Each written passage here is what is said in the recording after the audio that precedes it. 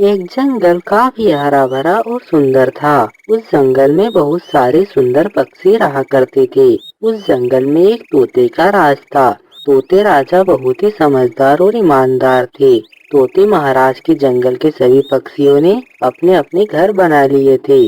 उस जंगल में सभी पक्षियों के पास अपने अपने खेत नहीं थे। इस वजह से जंगल के सभी पक्षियों को अपने खाने के लिए दूसरे जंगलों में दाना लेने के लिए जाना पड़ता था।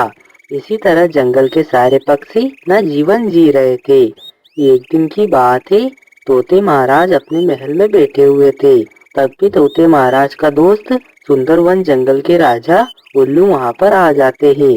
तोते महाराज उल्लू से कहते हैं, अरे उल्लू दोस्त, तुम यहाँ, क्या बात है? सब ठीक तो है ना? अरे राजू तोते, तुम तो जानते हो ना कि कुछ ही दिनों में मकर संक्रांति का त्योहार आने वाला है। इस बार मुझे मकर संक्रांति पर अपने जंगल में बहुत सारे काम हैं। मैंने इस बार अपने जंगल में एक बहुत बड़ी घोषणा कर रखी है। इसलिए मैं तुम्हें पहले ही मकर संक्रांति की शुभकामना देने के लिए आया हूँ। अरे दोस्त, तुमने अपने जंगल में ऐसी कौन सी घोषणा कर रखी है? मुझे भी तो बताओ। राजू तोते, तुम तो जानते हो ना कि तुम्हारी तरह मेरे जंगल में भी किसी पक्षी के पास खेत नहीं है। इस वजह से सभी पक्षियों को दाना जमा करने के लिए दूसरे जंगलों में जाना पड़ता है। इसलिए मैंने इस त्योहार अपने जंगल में घोषणा की है कि जो कोई भी पक्षी अपने घर को सबसे अच्छा सजाएगा, मैं उसे जंगल में एक बड़ा सा खेत दूंगा, जिससे मेहनती पक्षी को खेत मिल जाएगा और कई सारे दूसरे पक्षियों को खेत में काम मिल जाएगा। अरे उल्लू दोस्त, ये तो बहुत ही अच्छी योजना है।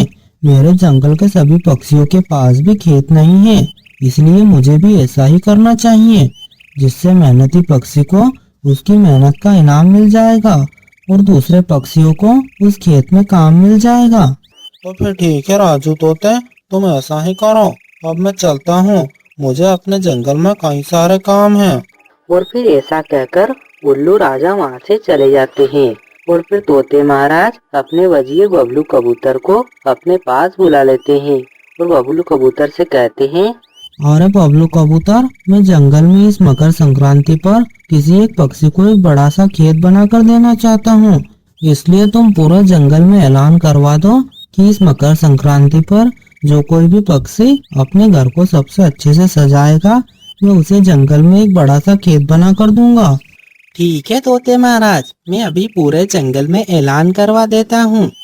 इतना कहकर बबलू कबूतर जंगल में ऐलान करने के लिए चला जाता है और पूरे जंगल में ऐलान करता है और कहता है, सुनो सुनो सुनो, तोते महाराज का हुक्म है कि उन्होंने जंगल में एक प्रतियोगिता आयोजित की है। इस प्रतियोगिता में सभी पक्षियों को अपने घर को अच्छे से सजाना है। जिस भी पक्षी का घर सबसे सुंदर होगा, उसे तोते महाराज इनाम के रूप में जंगल में एक बड़ा सा खेत देंगे।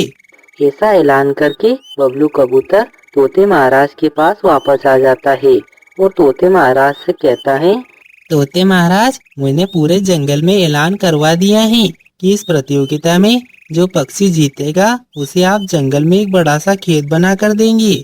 तोते महाराज के ऐलान के बाद जंगल के सारे पक्षी अपने अपने घर को सजाने में लग जाते हैं। वहीं टूनी चिड़िया सोच रही होती है कि वह अपने घर को किस तरह से सजाए कि उसका घर सबसे अच्छा लगे।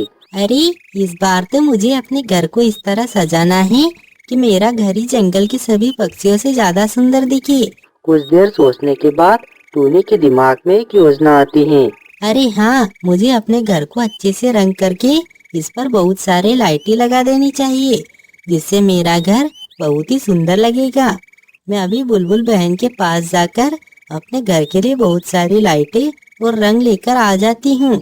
और फिर टूनी चिड़िया रंग और लाइटें लाने के लिए बुलबुल के पास जाने लगती है। कुछ ही देर में टूनी चिड़िया बुलबुल के पास आ जाती है। अरे बुलबुल बहन, आप घर को सजाने के लिए बहुत सारी लाइटें और घर को रंगने के लिए रंग दे दीजिए। ठीक है चिड़िया बहन, मैं अभी आपको बहुत सारी लाइटें और रंग दे देती हूँ। और फिर बुलबुल चिड़िया को लाइटें और रंग दे देती है। टूनी चिड़िया लाइटें और रंग लेकर अपने घर पर वापस आ जाती है और अपने घर को अच्छे से रंगने लगती है। कुछ ही देर में टूनी चिड़िया अपने घर को अच्छे से रंग कर देती है। चलो मैंने अपने घर को अच्छे से रंग कर दिया है और जब यह रंग सूख जाएगा तो मैं अपने घर पर सारी लाइटें लगा दूंगी। और फिर टोनी चिड़िया अपने घर पर किए हुए कलर को सूखने का इंतजार करने लगती है। और वहीं दूसरी ओर कालू कौवा भी सोच रहा होता है। अरे मुझे भी अपने घर को इस तरह सजाना है कि तोते महाराज इनाम मुझे ही दें। इसके लिए मुझे क्या करना चाहिए? और फिर कालू कौवा सोचने लगता है कि वह अपने घर को किस तरह से सजाए कि इनाम उसे मिले। कुछ देर तक सोचने के बाद कालू कौवे के दिमाग में एक तरकीब आती है। अरे हाँ, हमारे इस जंगल में तो टूनी चिड़िया ही अपने घर को सबसे अच्छे से सजाती है। इसलिए मुझे टूनी चिड़िया के घर पर जाकर देखना चाहिए कि टूनी ने अपने घर को कैसे सजाया है। कालू कौवा ऐसा सोचकर टूनी के घर पर जाने लगता है। कुछ ही देर में कालू कौवा टूनी चिड़िया के घर पर आ जाता है और टूनी के घर से थोड़ी दूर एक पेड़ पर बैठ जाता है। वो टूनी चिड़िया के घर को देखने लगता है। अरे इस टूनी चिड़िया ने तो अपने घर को बहुत ही अच्छा रंग किया है।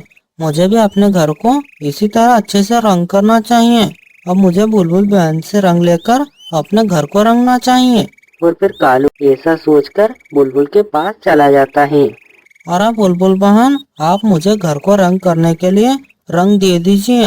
और बुलबुल बहन, आप मुझे यह भी बताइए कि टूनी चिड़िया ने आपसे घर को सजाने के लिए क्या क्या लिया था? कालू भैया, टूनी चिड़िया ने मुझसे घर को रंगने के लिए रंग और बहुत सारी लाइटें ली हैं। बुलबुल बहन, तो आप मुझे भी घर को सजाने के लिए बहुत सारे लाइटें दे दीजिए। कालू भैया, मेरे पास तो घर को सजाने की सारी लाइटें खत्म हो गई हैं। अब आपको लाइटें लाने के लिए शहर जाना होगा, क्योंकि अब आपको शहर में ही लाइटें मिल सकती हैं। कालू कौवा निराश होकर घर को रंगने वाला रंग लेकर अपने घर पर वापस आ जाता है। अरे मुझे घर को सजाने के लिए लाइटें तो मिली ही नहीं और अब लाइटें शहर में ही मिलेगी। और अगर मैं लाइटें लेने शहर गया तो मुझे लाइटें लाते लाते मकर संक्रांति का त्योहार भी चला जाएगा और मैं अपने घर को सजा भी नहीं पाऊंगा। अब मैं क्या करूं? और फिर कालू कौवा सोचने लगता है कि उसे क्या करना चाहिए। कुछ देर तक सोचने के बाद कालू कौवे के दिमाग में एक तरकीब आती है। अरे हाँ, मैं काम करता हूँ। आज रात को जब टोनी चिड़िया और सारे पक्षी सो जाएंगे तो मैं टोनी के घर से सारी लाइटें चुरा लूंगा और अपने घर को सजा लूंगा। कालू कौवा ऐसी योजना बनाकर रात होने का इंतजार करने लगता है। और वहीं दूसरी ओर टोनी चिड़िया अपने घर में लाइटें लेकर बैठी हुई थी। तभी अचानक पानी की भरी बाल्टी लाइट के ऊपर गिर जाती है और 2-3 लाइटें उस बाल्टी से भरे पानी की वजह से भीग जाती हैं। अरे ये क्या हो गया? ये लाइटें तो खराब हो गई हैं। अच्छा हुआ मैंने सारी लाइटें यहाँ पर नहीं रखी थी। अगर सारी लाइटें यहाँ पर रखी होती तो सारी लाइटें खराब हो जाती। अब मैं इन लाइटों को घर के बाहर रख देती हूँ। शायद धूप की वजह से इनका पानी सूख जाए और ये लाइटें फिर से चल पड़े। टूनी चिड़िया ऐसा सोचकर पानी से भीगी उन लाइटों को घर से बाहर धूप में सूखने के लिए रख देती है। और फिर कुछ ही देर में रात हो जाती है। रात होने के बाद कालू कौवा चोरी करने के लिए टूनी के घर पर आ जाता है। कालू कौवा जैसे ही घर के बाहर इधर उधर देखने लगता है तभी उसकी नजर बाहर पड़ी हुई लाइटों पर पड़ती है और कालू कौवा खुशी से कहता है, अरे वाह, ये टोनी चिड़िया घर के बाहर बहुत सारी लाइटें भूल गई हैं। अब मैं इन लाइटों को ले जाकर अपने घर को सजा लूंगा। अब मैं जल्दी से इन लाइटों को यहाँ से लेकर चलता हूँ। और फिर कालू कौवा उन लाइटों को अपने घर पर लेकर आ जाता है। मेरे पास लाइटें तो हो गई हैं। मैं इन लाइटों से अपने घर को मकर संक्रांति की एक दिन पहले सजाऊंगा, वरना टोनी को पता चल जाएगा कि मैंने ही उसकी लाइटें चुराई हैं। और फिर कालू कौवा उन लाइटों को लेकर घर में रख लेता है और सो जाता है। इसी तरह कुछ दिन बीत जाते हैं। समय बीतने के साथ सभी पक्षियों ने अपने घर को अच्छे से सजा लिया था। और फिर कालू कौवा संक्रांति की एक दिन पहले चोरी की गई लाइटों को अपने घर पर लगा देता है। कालू कौवा लाइटें लगाने के बाद जैसे ही उन लाइटों को चालू करता है पानी में भीग जाने की वजह से उन लाइटों में शॉर्ट सर्किट हो जाता है। शॉर्ट सर्किट की वजह से कालू कौवे के घर में बहुत सारे काले काले जलने के निशान बन जाते हैं। अरे ये क्या हो गया? ये लाइटें तो खराब थी। इसी वजह से टोनी ने इन्हें अपने घर से बाहर फेंक दिया था। इन खराब लाइटों की वजह से मेरा पूरा घर थोड़ा थोड़ा जल गया है।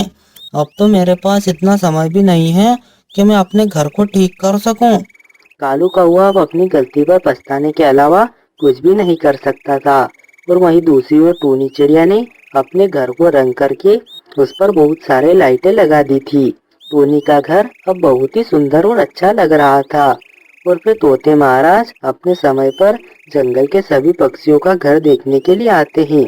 तोते महाराज कबूतर के घर पर आते हैं और उसका घर देखते हैं। कबूतर, तुमने अपना घर बहुत ही अच्छा सजाया है। चलो कबूतर, अब मैं और पक्षियों का घर भी देखता हूँ कि उन्होंने अपना घर कैसे सजाया है। इस तरह तोते महाराज एक एक कर सभी पक्षियों के घर जाकर उनका घर देखते हैं। और फिर तोते महाराज कालू कौवे के घर के बाहर आ जाते हैं और कालू कौवे का अधजला घर देखकर गुस्से में उससे कहते हैं, कालू कौवे, तुमने अपना घर कैसा सजाया है? ये तो अधजला सा लग रहा है। मुझे तुम्हारा घर बिल्कुल भी पसंद नहीं आया। अब जंगल में केवल टोनी चिड़िया का घर ही बचा है। मैं जाकर देखता हूँ कि टोनी ने अपना घर कैसा सजाया है। फिर तोते महाराज टोनी चिड़िया के घर के पास आते हैं और जब वो टोनी का घर देखते हैं तो तोते महाराज की आंखें फटी की फटी रह जाती हैं, क्योंकि टोनी चिड़िया ने जंगल में सबसे सुंदर घर सजाया था। वाह वाह टोनी चिड़िया, तुमने कितना सुंदर घर सजाया है। मुझे सबसे ज्यादा सुंदर घर तुम्हारा लगा। इसलिए इस मकर संक्रांति की प्रतियोगिता की विजेता तुम हो। मैं तुम्हें इनाम में एक बड़ा सा खेत दूंगा। फिर तोते महाराज टोनी को इनाम में जंगल में एक बड़ा सा खेत बनाकर दे देते हैं। टोनी चिड़िया बहुत ही खुशी से रहने लगती हैं।